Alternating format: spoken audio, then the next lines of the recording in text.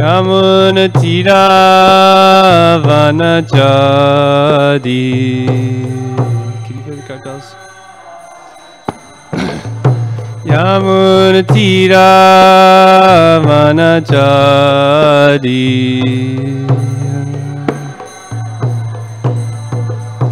Jaya Radha Madhava Kunja Bihari.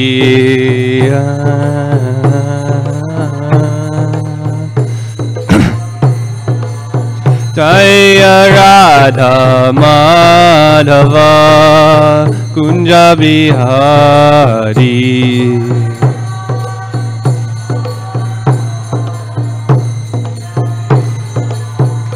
Gopi Janavalabha Girivaradari.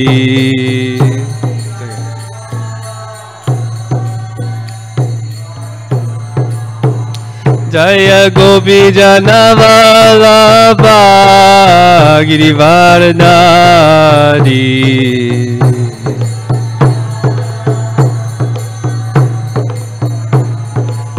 Yashoda Nandana Brajajana Ranjana. Yashoda Nandana Brajajana Ranjana. Yamunatira vanachari. Yamunatira vanachari. Jaya Radha Madhava Kunja Bihari.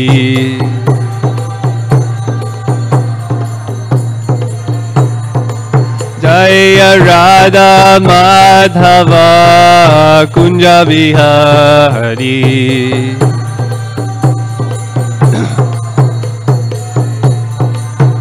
Hare Krishna, Krishna Krishna, Hare Hare, Hare Rama, Rama Rama, Hare Hare.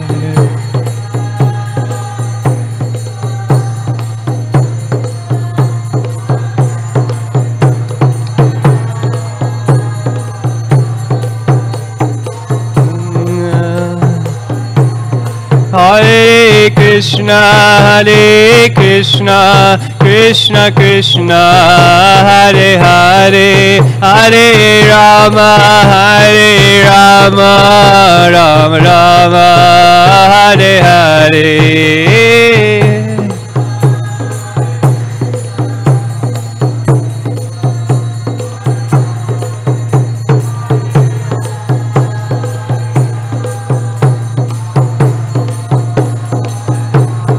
Hare Krishna, Krishna Krishna, Hare Hare, Hare Rama, Rama Rama, Hare Hare.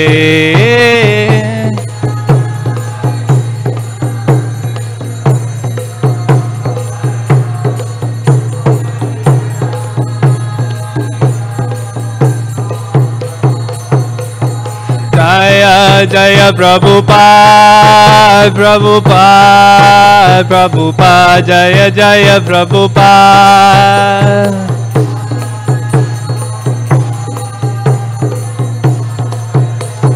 Jaya Jaya Gurudev, Gurudev, Jaya Jaya Gurudev.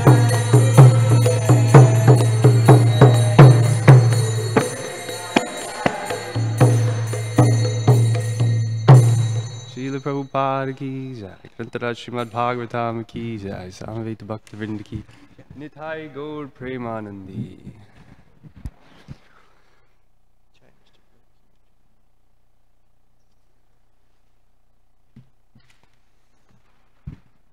Good morning, everyone. Welcome to Srimad Bhagavatam class. Today we'll be discussing from the 9th canto, chapter 9, text 47.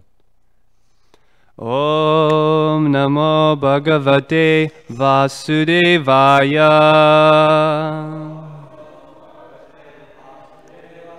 Om Namo Bhagavate Vasudevaya. Om Namo Bhagavate Vasudevaya.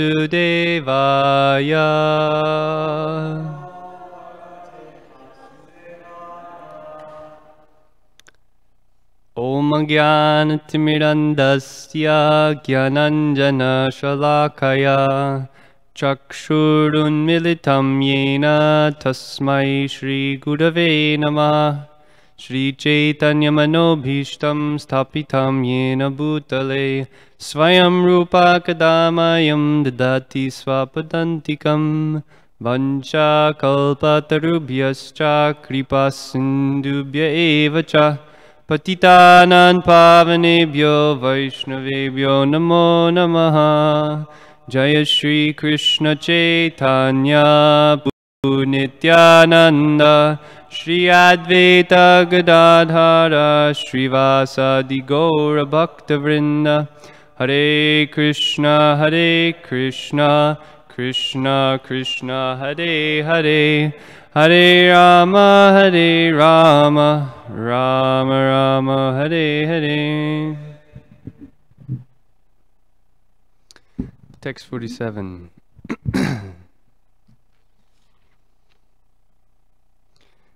Ateshu maya rachiteshu sangam.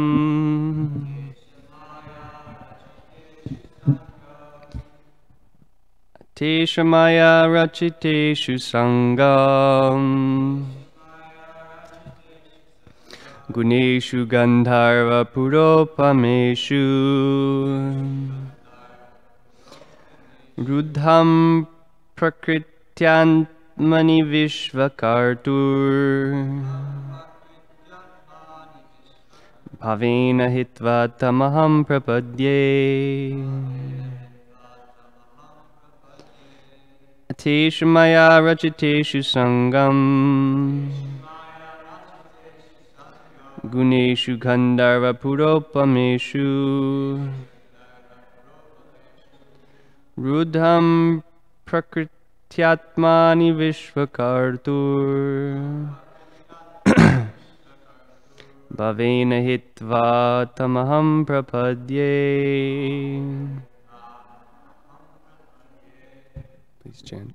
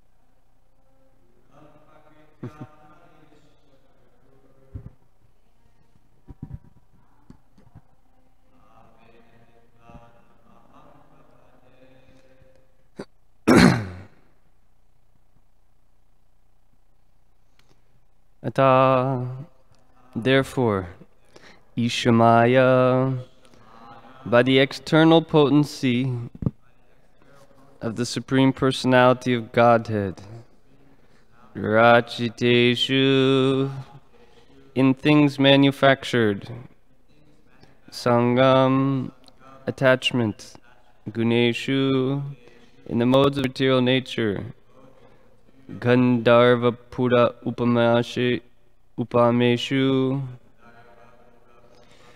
which are compared to the illusion of a Gandharvapur, a town or houses seen in the forest or on a hill.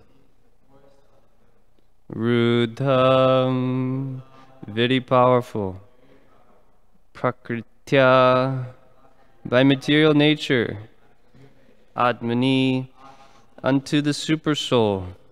Vishvakartu, of the creator of the whole universe. Bhavena, by devotional service. Hitva, giving up. Tam, unto him, the Lord. Aham, I. Prapadye, surrender. Translation purport by His Divine Grace A.C. Bhaktivedanta Swami Srila Prabhupada Ki Jai. Translation, therefore, I should now give up my attachment for things created by the external energy of the Supreme Personality of Godhead. I should engage in thought of the Lord and should thus surrender unto Him. This material creation, having been created by the external energy of the Lord, is like an imaginary town visualized on a hill or in a forest. Every conditioned soul has a natural attraction and attachment for material things. One must simply give up this attachment and surrender unto the Supreme Personality of Godhead.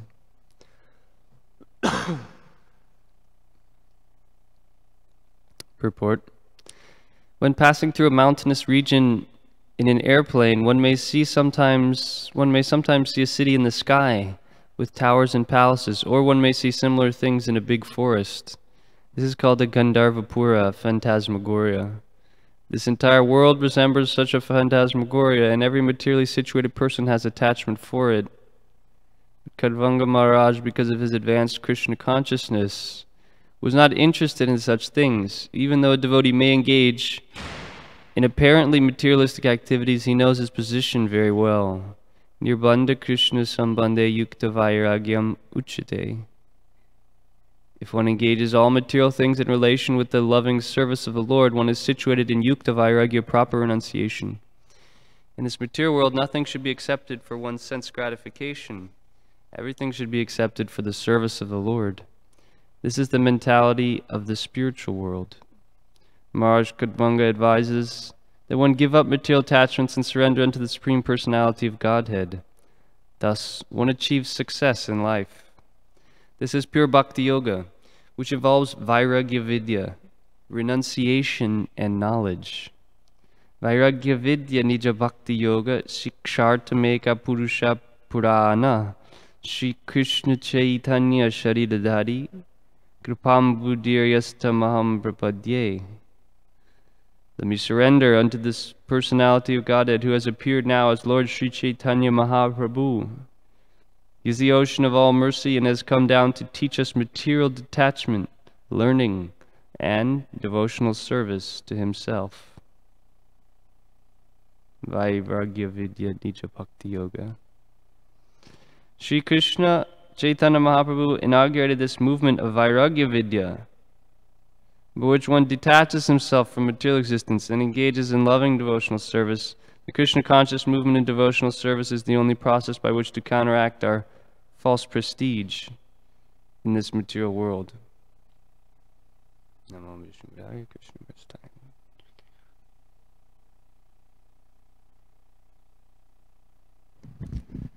So, we're hearing a beautiful verse here of Kadvanga Maharaj, who is honored throughout the Bhagavatam for having, at the very last moment, given up his attachment to the material world and attained perfection. it is mentioned about him that King Khatvanga was unconquerable in any fight. Requested by the demigods to join them in fighting the demons, he won victory. And the demigods, being very pleased, wanted to give him a benediction. The king inquired from them about the duration of his life and was informed that he had only 1 moment more. Thus he immediately left his palace and went to his own residence, where he engaged his mind fully on the lotus feet of the Lord.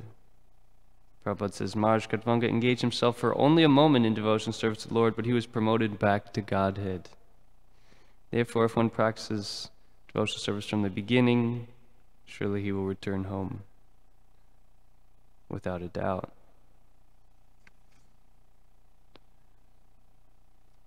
And he's describing how he was reflecting how dear the Brahmins are. Nothing is more dear to me than the Brahmins. In my childhood, I was never attracted to insignificant things or irreligious principles, but he was focused on the Supreme Personality of Godhead. And he rejected any benedictions that were offered. His only interest was to take shelter of the Supreme Personality of Godhead. So we have a very beautiful verse here today. I'll repeat the translation. Therefore I should now give up my attachment for things created by the external energy of the Supreme Personality of Godhead. I should engage in thought of the Lord and thus surrender unto Him. This material creation, having been created by the external energy of the Lord, is like an imaginary town visualized on a hill or in a forest. Every conditioned soul has a natural attraction and attachment for material things. One must simply give up this attachment and surrender unto the Supreme Personality of Godhead.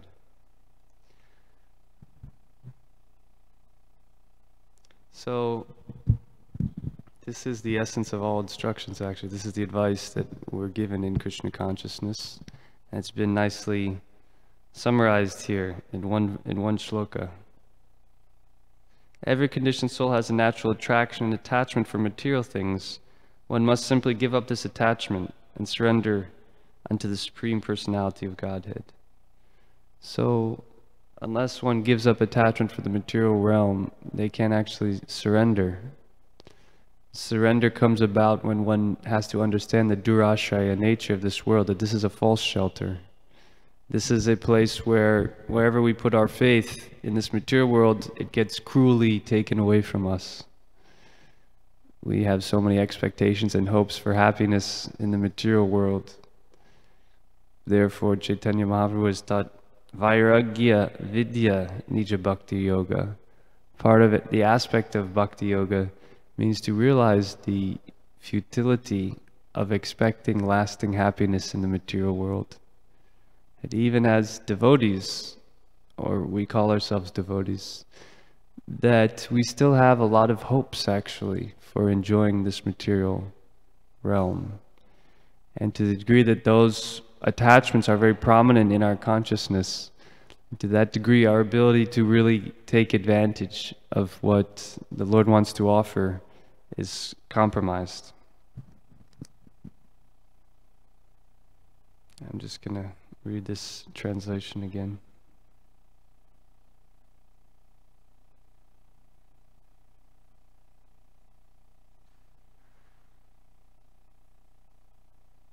So he's saying every conditioned soul has a natural attraction to this material world. Why? Because we want happiness. We're all seeking some sort of rasa in our life. We're seeking actually happiness. Because the soul is anandamayo vyasat. The soul is always hankering after that original happiness that we have with Krishna. That happiness which is so extensive and complete that it shuns or brings to a pity any other of the material happinesses that are available.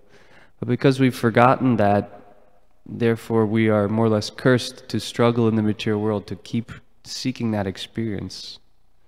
Maharaj Parikshit, his name means the examiner. So he received a darshan of the Lord within the womb, and he was so thrilled by that experience. What can compare to actually seeing the personality of Godhead?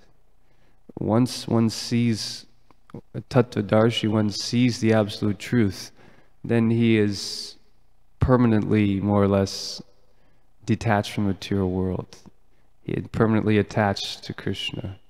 So he received that darshan. Therefore, the whole rest of his life, he was going throughout the material world, just examining, seeking that same, where is my Lord?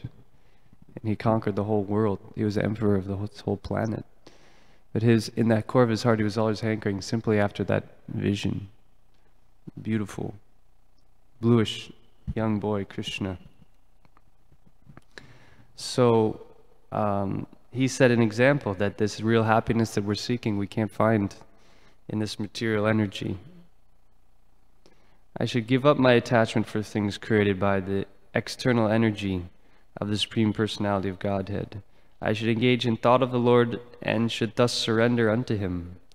This material creation, having been created by the external energy of the Lord, is like an imaginary town visualized on a hill or in a forest.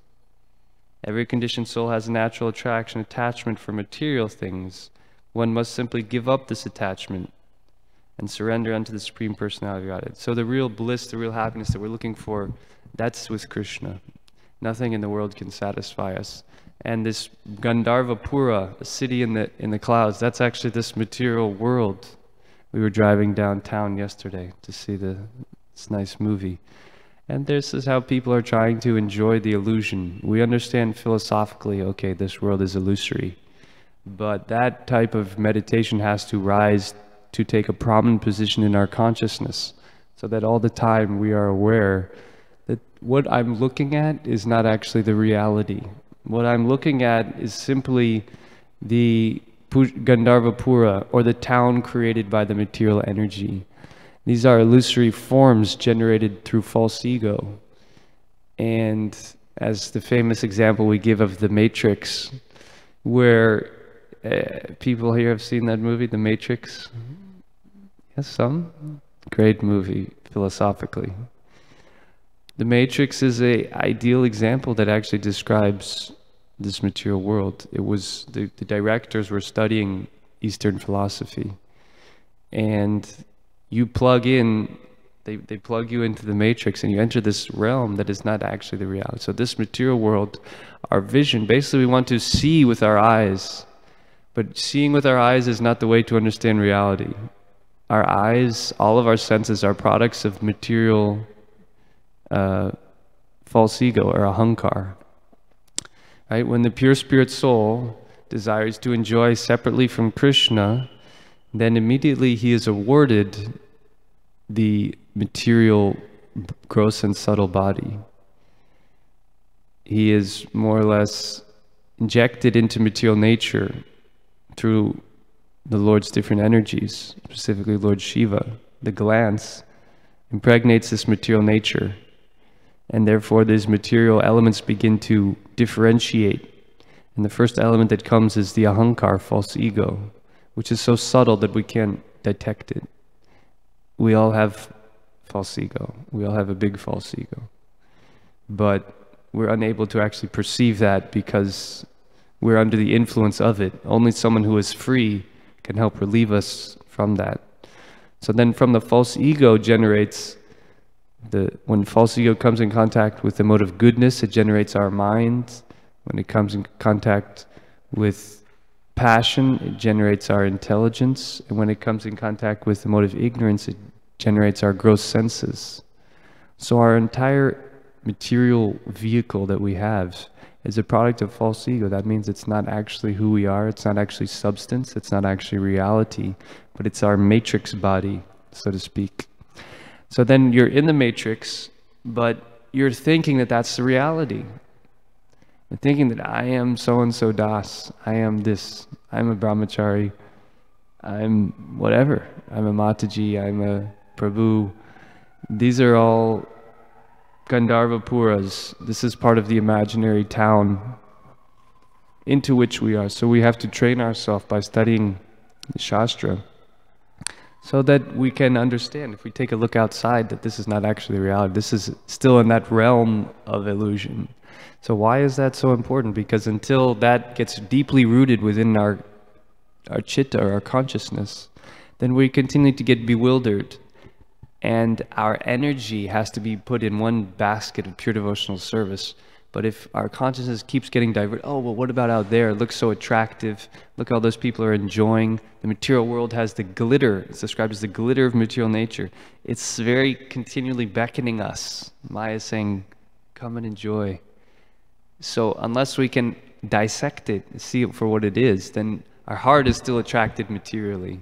And then Krishna says that Bhoga Ishvarya Prasaktanam Tayaparhita Chetasam Vyavasayadmika Buddhi Samado Navadiyate. The resolute determination for devotional service cannot take place.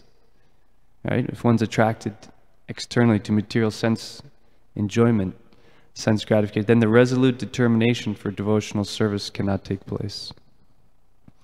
So that is the training that we require to undertake in order to achieve pure bhakti yoga, and that is recommended here by Lord Chaitanya Mahaprabhu. Prabhupada says, this is pure bhakti yoga, which involves vairagya vidya, renunciation and knowledge. And this is a verse given by Sarvabhauma Bhattacharya, and he understood the actual identity of Chaitanya Mahaprabhu. Vairagya vidya nija bhakti yoga shikshartam eka purusha purana Sri Krishna Chaitanya sharidadhari kripam buddhiryas tamaham bhajami. Excuse me, tamaham prapadye. Let me surrender unto the personality of Godhead, who has appeared now as Lord Chaitanya Mahaprabhu. He is the ocean of all mercy and has come down to teach us material detachment, learning, and devotional service to himself. So to become more renounced, this is a good thing in devotional service. Gradually we can measure, Prabhupada says you can measure your advancement by how much your material attraction, your material fever, your material lust is going down. So we need to strive to be exemplars of that in our own life, in our own practice. And that will protect us and protect our society from so many material allurements, either gross, in the form of gross material sense gratification, or in our society in the form of subtle impurity that prevents the further expansion and purification of our movement. So, Srila Prabhupada says, Sri Krishna Chaitanya Mahaprabhu inaugurated his movement of Vairagya Vidya, by which one detaches himself from material existence and engages in loving devotional service. The Krishna conscious movement of devotional service is the only process by which to counteract our false prestige in this material world.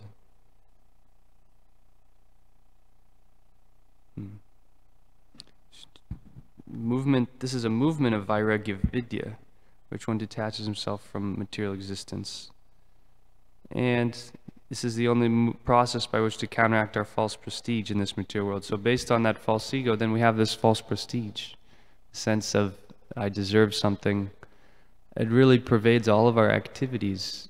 What is the false ego? The false ego is the substance that Krishna awards the soul who wants to forget him, in order to make him think that he, the insignificant jiva, is actually very great and he doesn't need God.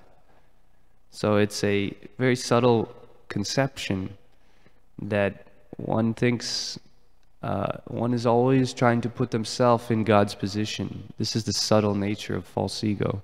Real ego, or the purity, means understanding I'm insignificant, Krishna is the controller, he's the enjoyer, I'm his eternal servant, I'm nothing, Krishna is everything. False ego is the exact opposite. It's the inversion of that. It's the material shadow, or the material manifestation, which means I am great, I am God, everyone should worship me, everyone should serve me, there's no one else. So this is the nature of the external energy. There's the antaranga, the internal Shakti, and the bahiranga, or the external Shakti. And they're more or less opposites. It's a reflection, perverted reflection.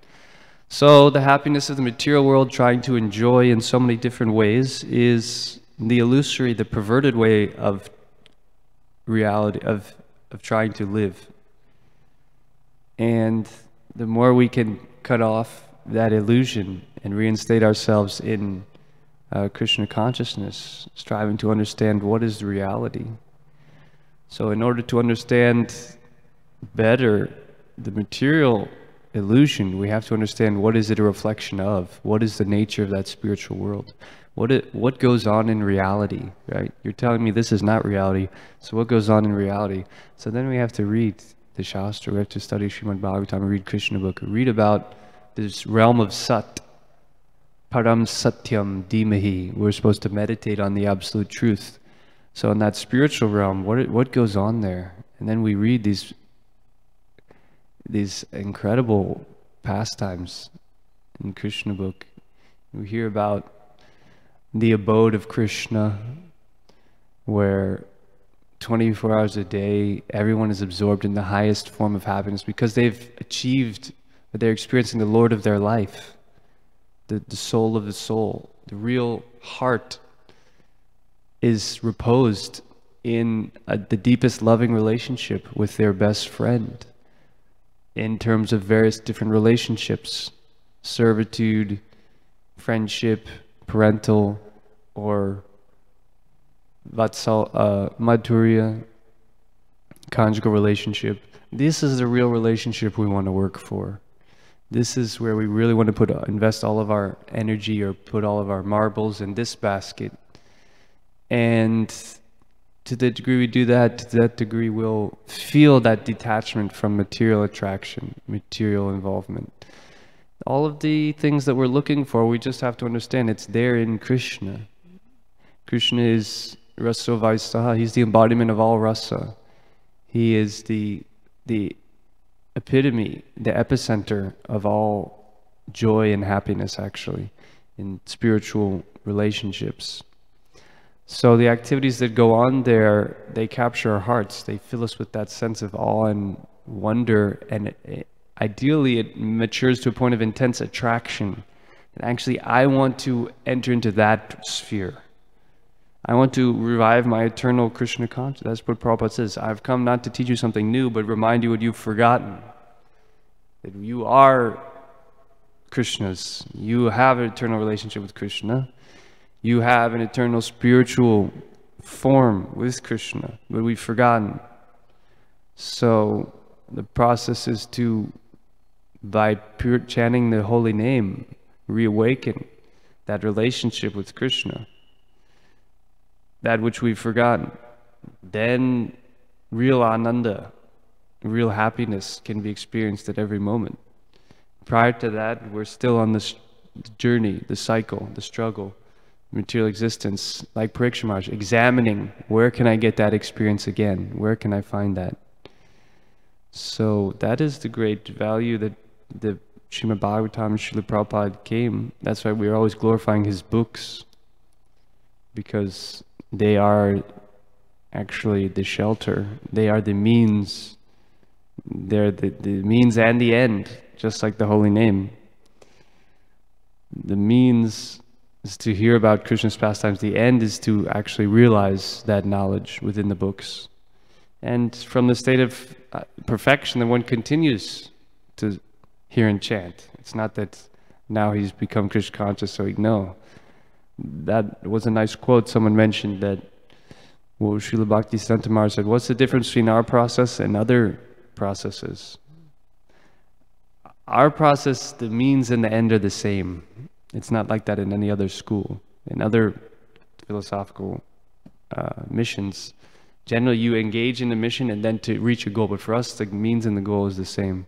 By chanting, then one doesn't want to ever give up chanting Krishna's name, in ecstasy. That is the Jaiva Dharma. That is the function of the soul. That's the occupational duty of every living entity. When he begins to relish, Krishna is not different from his name. This is how I can directly associate with Krishna. And by the cleansing power of the holy name, all of that is revealed. The realm of reality and his own nature, That's how powerful the holy name is. That's why this is the Sankirtan movement. And that's why all of our activities are based on chanting the holy name. Whatever we're doing, whatever other services are meant to facilitate our absorption in Harinam. And there's different types of yajna or different types of Sankirtan, but the Maha Nam Harinam Sankirtan is the best. When many people come together and they chant with intensity and eagerness the holy name, that is a special benediction given by Chaitanya Mahaprabhu, in which the highest degree of absorption is available. That is to be coupled with our own performance of japa, which is a more impersonal, internal. But in Sankirtan we come together, and this is why we have to be a model for the whole world, how we can cooperate and live together in harmony based on putting Krishna in the center. That means putting Harinam Sankirtan in the center. Then we can experience loving relationships with each other because they're based on Krishna. You can't have any relationship with another living entity unless Krishna is there in the center. Otherwise, it won't work. It won't be satisfying. It will be exploitative. But if that relationship is based on trying to serve Krishna, then it will be fruitful to the degree that the participants are pure. Then those relationships, we get some rasa. So as devotees, we want to try to make sure that all of our discussions, all of our speech is Krishna conscious as far as possible, to take advantage of the opportunity to hear and chant about Krishna together. There's so many things we can hear and chant and talk about. But if as devotees we utilize our free time and will and speech to speak about other things, then we're missing out. We won't develop that taste for hearing about Krishna. That's how powerful the power of speech is. If we talk about so many other things, then our attachment for those other things increases. If we talk about Krishna, then we'll find it may be a little difficult because we're still relatively beginners. But whatever realization, however we can put Krishna in our mind, yena tena prakarena mana Krishna niveshayat sarva vidhi nishe dasur etayareva kinkara. The essence of all rules and regulations is to always remember Krishna. Those few words we can speak about Krishna or about Srimad Bhagavatam, that will help us generate attachment for these topics. And so many things we can talk about, so many things we can absorb our mind in. This material world is a giant maze. I used to be really into mazes when I was a kid. I was always drawing a maze. Elaborate mazes. Wow. Or you could go to a maze. You could go to a real life maze with the bushes and get entangled and get totally lost. That's the material world. So many mazes, so many intricacies. Just to get a cell phone, what to speak of, have a house, or all these things that just paying all these bills and getting insurance. They're all just mazes. But the thing is that they're all dead ends. Krishna's there at the end. The maze always has a beginning, and there's actually a way out also. So you have to go through all those things. Why? So you can get Krishna. And then our journey in this material world is complete. Otherwise, we just get caught. And then you have to try again. So this is a beautiful verse here. It's accenting the importance of renunciation and taking shelter of the Supreme Personality of Godhead. I should engage in thought of the Supreme Lord and should thus surrender unto Him. So to surrender means to think of the Lord. As we mentioned, somehow or other get that Krishna is so attractive. It's really not that difficult when we put in the time to get attracted to Krishna. If you dedicate enough energy and time, you will become attracted because He's all attractive. The problem is that we're not putting in the time and effort, so we don't know how attractive, so we're not so attracted. Krishna means all attractive.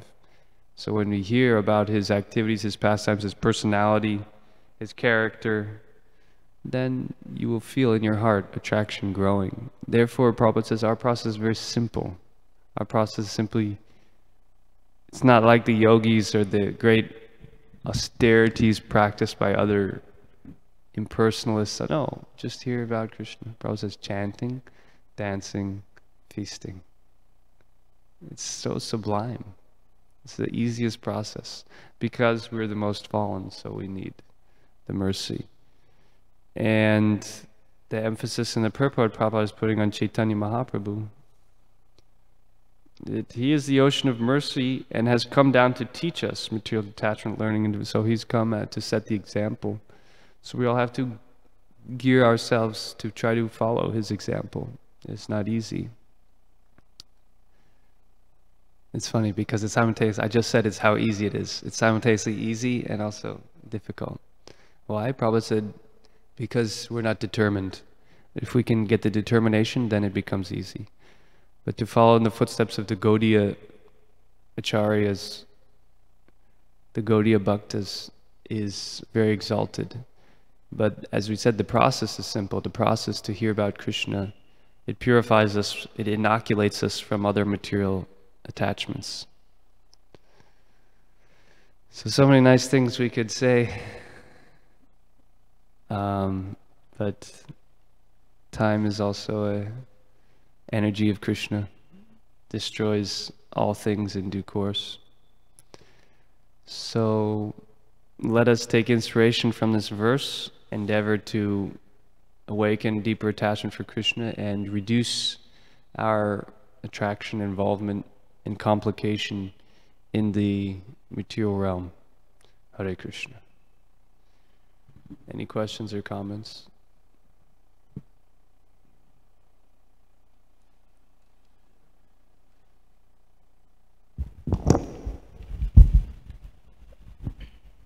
So, sort of like in the beginning of the teachings that you were saying, you said that there was 2 different types of ego. Mm-hmm. So does that mean that ultimately there's a good type of ego? Mm-hmm. So then when people are saying like necessarily like this person has an ego, it may not be necessarily a bad thing until you understand what they're saying. Yeah, ego means identity. So there's true ego and false ego. The true ego is I'm Krishna Das. Jivera Swarapoi Nityara Krishna Das. That I am the eternal servant of Krishna. That is my only identity, actually. So that's the real, as we were talking about, that purified state of consciousness, where I'm insignificant, Krishna is the supreme controller, I'm his eternal servant.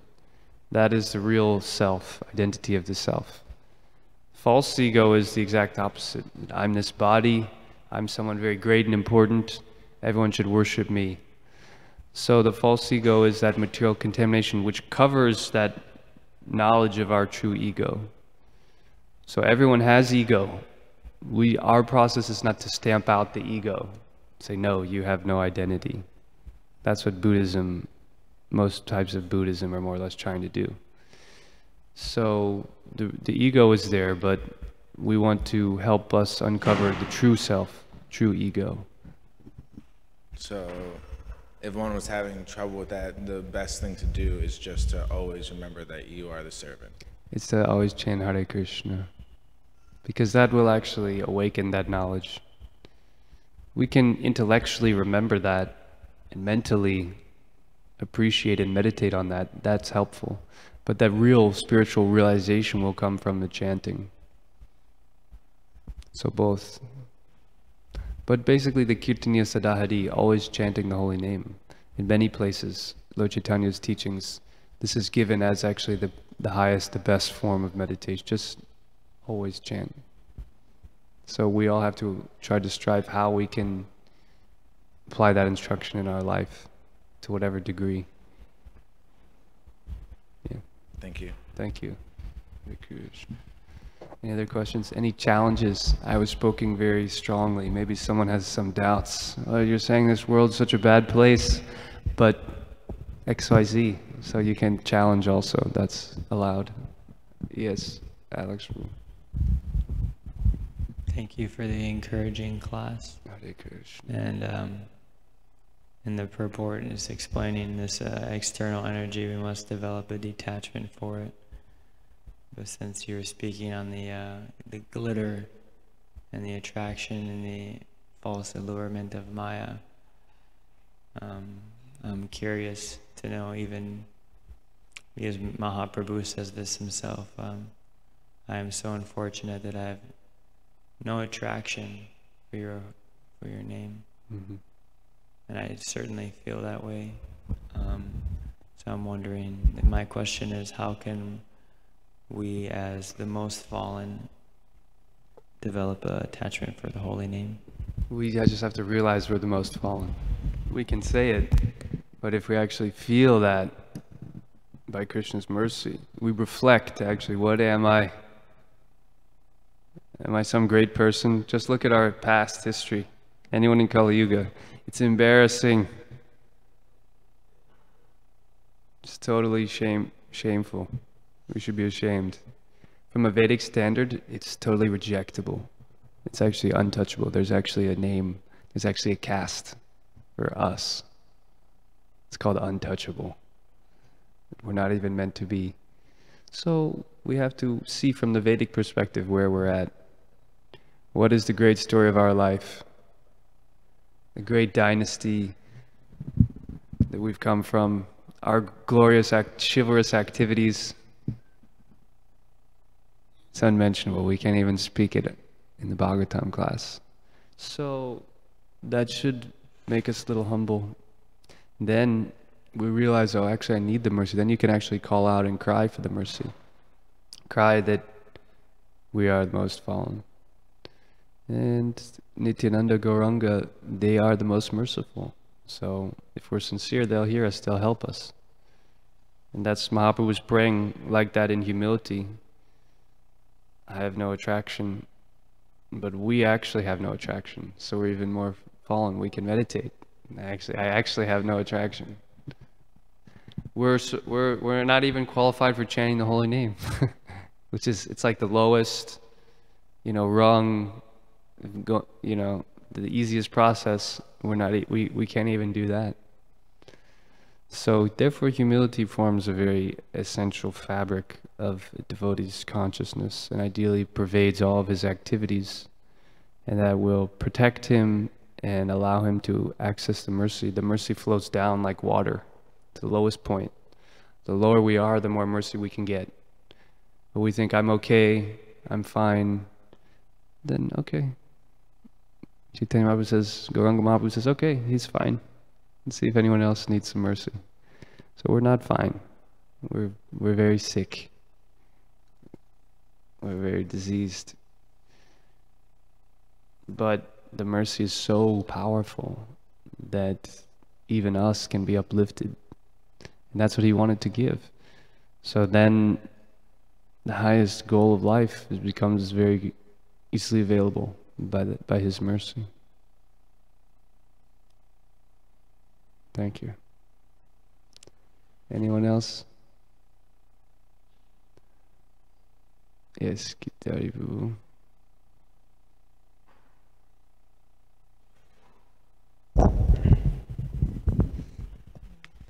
I've been meditating on the difference between the spiritual reality and the material reality. And I think one of the most essential aspects and the difference is the harmony and the cooperation.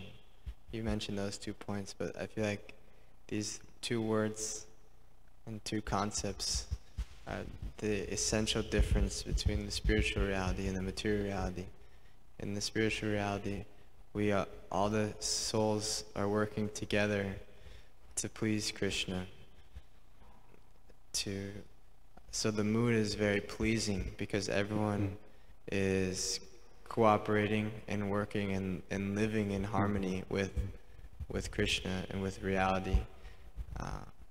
So everyone's putting other people in front of themselves and ultimately putting Krishna in the center, the Supreme Personality in the center of reality. Whereas here we're under the influence of false ego, we're all putting ourselves in the center. So there's no harmony. There's only competition, and that creates anxiety and fear. So learning to cooperate and practicing Krishna consciousness in the society of devotees is like preparing ourselves and training ourselves to go back into that state of harmony and cooperation with Supreme Reality. And Varnashram Dharma helps us raise to the level of cooperation with the laws of reality. As well, we engage as a society, we engage everyone in cooperating according to their abilities and putting Krishna in the center and rising up to that level of unity and cooperation, working together to serve Krishna. So just sharing some thoughts. Yeah, definitely. That's Krishna is the most intelligent, so he knows how to organize better than anyone. So the way he organizes society, we're still, as in ISKCON, trying to implement that. But that is a very scientific, that is how society can really run smoothly. In terms of awakening that non-envious nature that you were describing, that is the quality of in the spiritual world, everyone, they're so obsessed with the satisfaction of Krishna that they don't have time to worry about their own. They're not concerned about it's insignificant. So in the material world, we get caught up because we're not, but through hearing and chanting, we gradually increase our attraction, our purity. And by dint of that, then automatically the harmony comes, because as you're saying, that common center. So the emphasis, the Varnashram is there to help us, but within the Varnashram, and the purpose of that Varnashram is to increase the hearing and chanting, because that gives one, that naturally awakens that taste for Krishna by which the envious nature is destroyed or eradicated. So that also is, that's the purpose, and that's the process. Yeah. Jai, thank you for sharing. I think we'll have to end here. Hopefully there's been some thoughts maybe that some of you may be traveling. You can meditate on any points Srimad Bhagavatam that have maybe influenced you in a positive way. Srila Prabhupada ki jai. Srimad Bhagavatam ki jai. Jai Gaur Premanand.